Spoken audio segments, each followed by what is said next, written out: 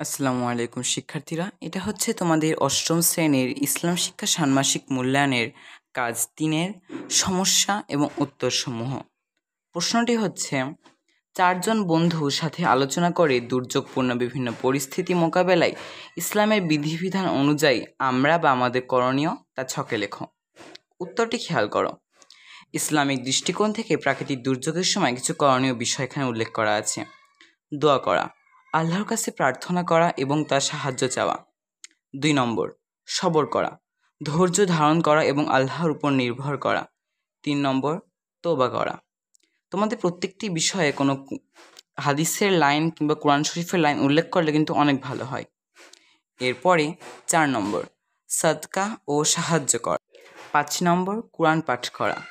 এবং সর্বশেষ 6 নম্বর, সামাজিক দায়িত্ব পালন।